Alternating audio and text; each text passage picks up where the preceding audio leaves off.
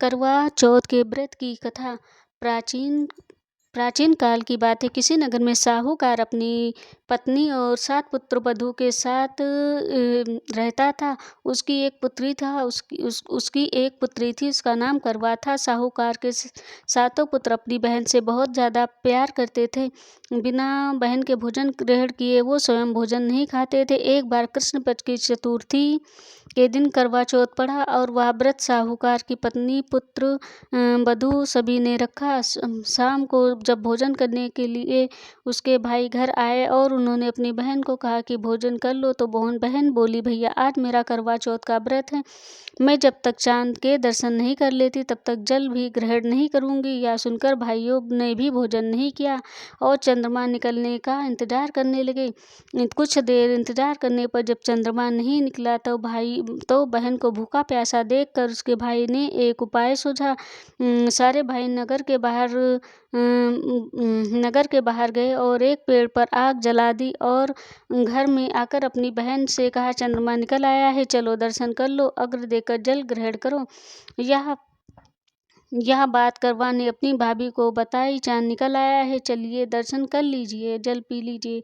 भाभी ने समझाया कि उनके भाई उन्हें भूखा प्यासा नहीं देख सकते, इसलिए नगर के बाहर पेड़ पर आग जलाई है और उसे ही चंद्रमा बोल रहे हैं। लेकिन करवा ने एक बात न मानी और आग को ही चांद समझकर व्रत को खोल लेती है। लेकिन करवा की भाभीयों ने अपने व्रत नहीं खोला।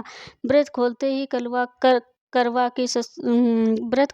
करवा के ससुराल से समाचार आया कि उसकी पति की मृत्यु हो चुकी है।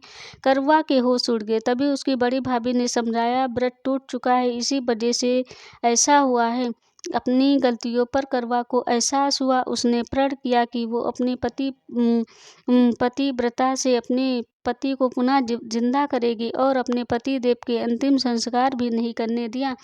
प्रतिदिन शिव के पास बैठी रहती और उगने वाली घास चुटाती रहती। ऐसा करते करते उसे 1 साल हो गया और करवा चौथ आया। करवा के सभी भाभियां व्रत करती थी और उससे आशीर्वाद लेने आए। करवा ने अपनी भाभी से प्रार्थना करके कहा कि ऐसे सुहागन बना दो और पति को भी जीवित भाभियों से कहा। फिर उसकी छोटी भाभी ने उसे श्रृंगार का सारा सामान ला के दिए और करवा ने अपनी श्रद्धा और विश्वास के करवा चौथ का पूरा पूजन किया और व्रत किया था और करवा माता उनसे प्रसन्न हुई और उनके पति को पुनः जीवित कर दिया। इस तरीके से छोटी भाभी ने उसकी मदद की और उसको करवे का सारा सामान लाके दिया, 16 श्रृंगार करके, और वो तैयार होकर माता रानी की पूजा की। और करवा माता जब प्रकट हुई तो उन्होंने उनके पैर पकड़ लिए और कहा कि अब मेरा पति मुझे वापस कर दो। माता ने प्रसन्न होकर उसके पति को जो है जीवित कर दिया और अब श्रद्धा पूर्वक से करवा चौथ का व्रत करने लगी और इसीलिए ये करवा चौथ का व्रत मनाया जाता है।